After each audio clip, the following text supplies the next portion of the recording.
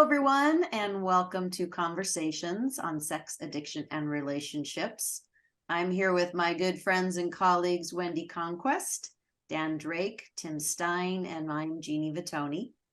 And as Tim and the group has been saying in the last couple episodes, that we let our listeners send in questions that they wanted us to tend to. And so we have a nice big fat list to address. And Tim's going to be the moderator for today, but of course he'll put his 2 thoughts and 2 cents in there at any time. But he's got the list, and He'll put his foot in his mouth. Is that what you were saying? Try to keep my foot out of my mouth. That's not successful. So it's the 4 of us addressing these questions. Okay, here we go from the mailbag. What is the difference between an addict and someone who is sexually active? All right. That's a great question. Mm-hmm. Great question, and a lot of differences. Who wants to play with this one? We'll just sit here and stare at each other, I guess, is what we're going to do. Well, I'll just say, I think our field is, the mental health field is split on this question. So I don't think there is a universal answer to it because we have so many different definitions. I'll just say, I think one of the biggest hallmarks about an addiction, it's not really about the frequency of behaviors. It's not, again, not how much someone does something or the behaviors themselves necessarily that creates the addiction. It's, does it create is it something that someone's doing creates negative consequences for them? Does their preoccupation and obsession with it? They lose control over the behaviors. To me, those are hallmarks of an addiction. Mm-hmm. What else would you guys add? I was thinking ICD and the new diagnosis that's coming our way of compulsive sexual behavior, and how that's going to create a unifying definition. I would also say to the listeners of, hey, there's lots of other podcasts that we have about what is sex addiction. And so please do check that out as well. Wendy? Yeah, Jeannie's referring to, when she says the DSM, she's referring to the diagnostic manual for mental health disorders. And so right now there is a code for alcoholism, for compulsive gambling, for compulsive eating, but there isn't a code yet for a sex addiction as such. So, right? Is that what you were referring to? I was referring to the ICD. Oh, ICD, sorry. Which is the Diagnostic World Health Organization. From the World Health Organization that eventually will get into our DSM, which is the American version, the Manual of Diagnoses. So, oh, great. But okay. that unifying question. I would go with what Dan said: compulsivity, obsessive, loss of time, continuation despite consequences. There's all different pieces to what makes an addiction versus a behavior one engages with. Right. This has come up a lot recently is I don't know if I'm a sex addict. I don't know if sex addiction is actually a thing. And so I've come back around to these folks and just said, look, I don't care what we call it. Listen, I don't care what we call it. Is it harming you? Dovetailing on what Dan said, is it harming you? Is it harming others? Is it a behavior you've tried to stop and you can't stop? Is it in the frequency, because it can come in spurts, right? It can come on just weekends or intermittently. So that's one of the confusing parts about this phenomenon. But the biggest piece is it causing you harm? Is it causing others harm? I think. And do you want to stop? So call it whatever you want. What was the term they asked? Sex addiction versus what is sexually active. It's sexually active. So a lot of people are sexually active. It works for them and it's fine. So people can be polyamorous, and if that type of lifestyle works for them, then everything's okay and everyone's okay. Okay. That's to me, I think, a key thing. Most addicts keep their sexual behaviors hidden. There's a secrecy piece of it. There's a shame that's involved, or at least they don't want to be found out. So it's not overt. it's not, or it's not expressed, it's not in the relationship and they've discussed it as a dyad or couple. It's stuff that was done non-consensually. Without Yep. consent and secretive. So next question. If somebody gets labeled as a sex addict, is that just giving them an excuse? Is that just sort of giving someone a pass for behaving badly? I hear that question a lot. I'm glad I that would- question got Yeah, I asked. would say absolutely no. As soon as somebody takes on, says I'm a sex addict, that's where the real work begins. If it's I'm a sex addict and this is just who I am and I'm not going to do anything about it, then there's choices to be made. Mhm. But identifying is the beginning. I've I heard would say. people say that if it's a sex addiction, then somehow I'm absolved from responsibility. Or partners often fear if it's a sex addiction, then it's a disease and that person is no longer responsible, ? And I would say everyone is always responsible for their behavior at all times. And so whether it's an addiction or not an addiction, someone is still, if there's a betrayal, for example, is still responsible for their part of that betrayal experience. I will say I've also heard this come up about 12 steps in general, that, well, if somebody's an addict, it's just a bunch of addicts sitting around giving themselves permission for what they've done in the past. And I will say, as somebody who spent plenty of time in the rooms of 12-step meetings, of group therapy, of individual therapy, that when somebody steps into that community as an addict and is seeking recovery, there's nothing about it that's an excuse for anything that happened. If anything, it's stepping into responsibility for it. And my experience is people who step into 12-step meetings or other processes looking for an excuse don't stay long. I will say, I think what gets tricky is it's the bigger high profile cases that everybody sees. And then it's used as a way of kind of eliciting sympathy, or that this person, it kind of portrays this person as a victim as opposed to the one taking responsibility. I think that's where I've just seen these bigger high profile things get confusing. I can imagine out there, because then the message is they're an addict, so poor so-and-so. And of course, that's not what we're saying.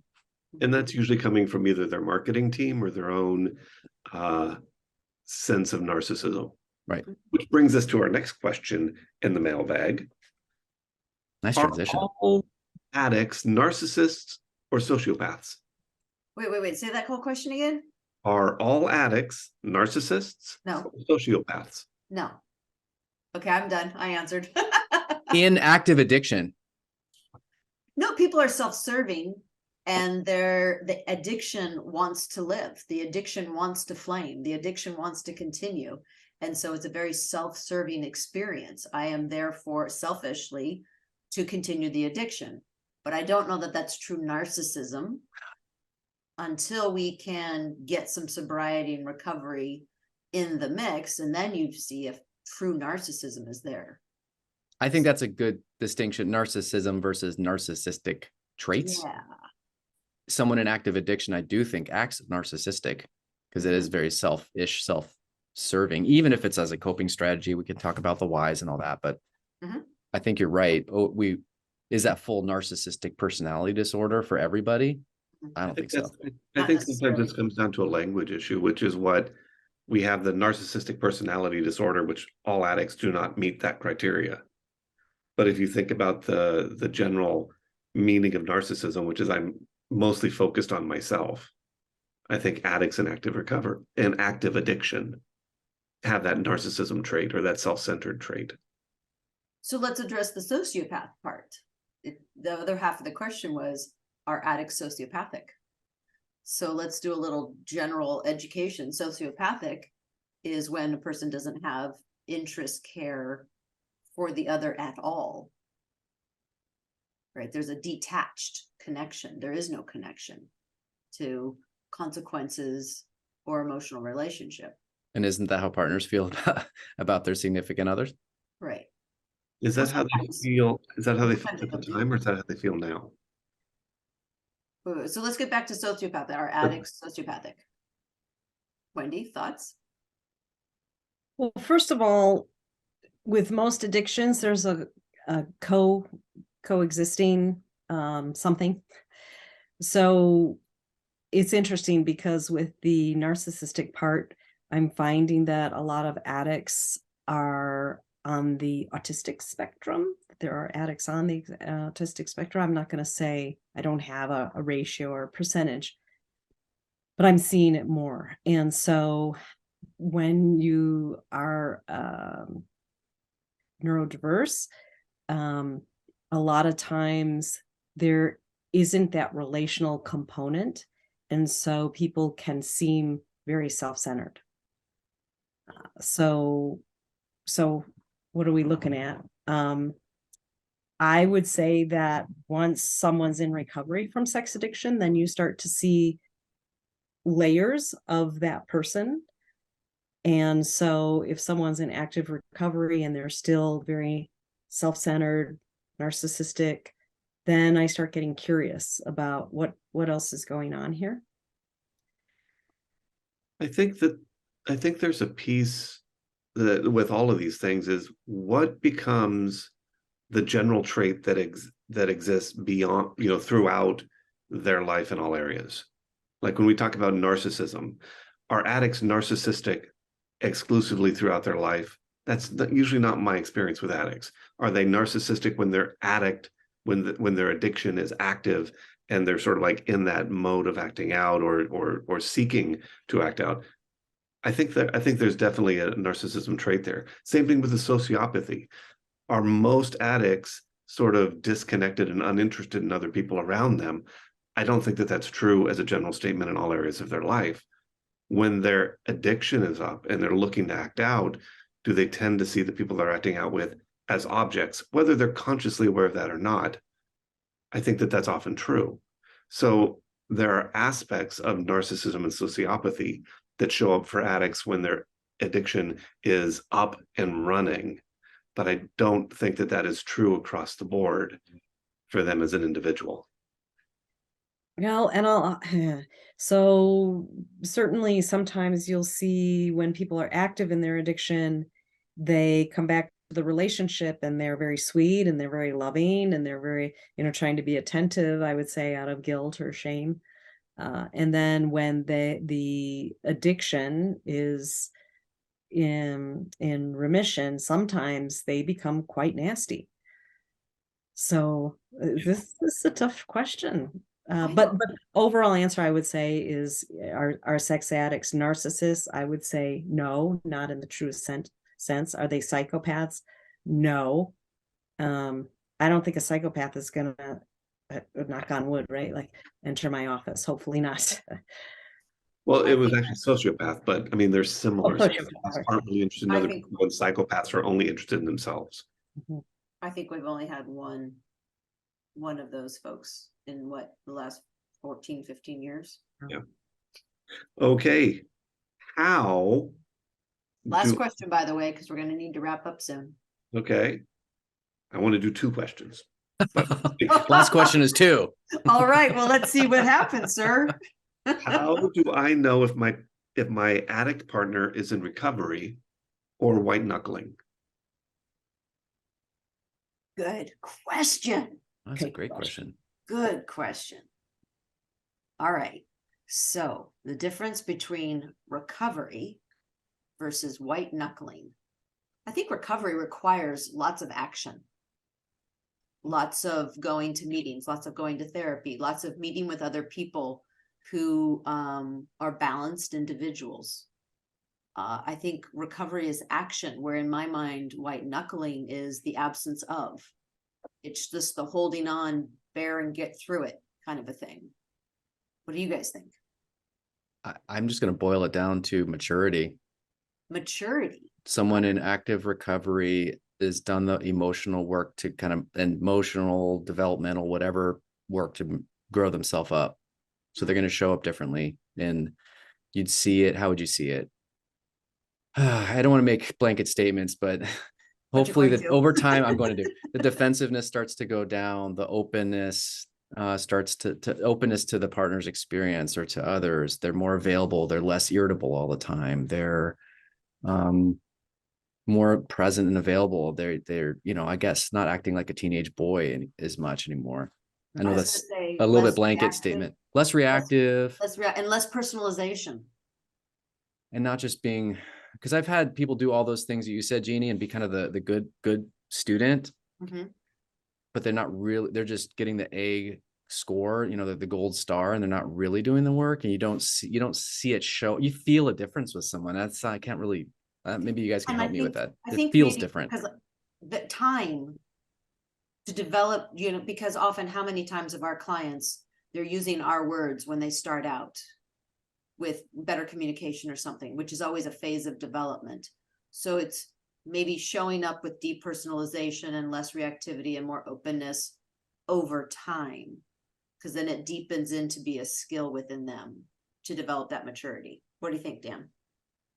Yeah. Well, and I think what We're done. stopping a behavior is one part of it. What am I living for? How am I living and showing up in the world? I feel like I become a different person. I show up in the world in a different way if I'm in recovery versus just stopping a behavior. I can stop doing something, but that doesn't make me any different. Is this where you do the mic drop thing? Well, perfect mic drop. Although I have one more question, and here's the final question of today's mailbag. Okay, I give it to Wendy. Oh no, Wendy gets it. Whatever it is. All right. Can sex addicts actually recover? Oh, absolutely. Yeah, absolutely. So we know that the brain has neuroplasticity. And so we know that we can rewire those neural pathways. And so, I mean, I wouldn't be doing this if I didn't think that change was possible. Why would I be even doing this work if I didn't believe in that and if I didn't see it? And so I have certainly seen many addicts that change. It's hard external work, hard internal work, but yeah, absolutely Agreed. There's the mic drop. That's the Wendy Witt mic drop. Well, thank you everyone for joining us in our Q&A questions and answers. Please do keep them going. And Tim, what's that email that they need to send their questions to? Send your questions on anything to conversations.sar@gmail.com. Thank you, sir.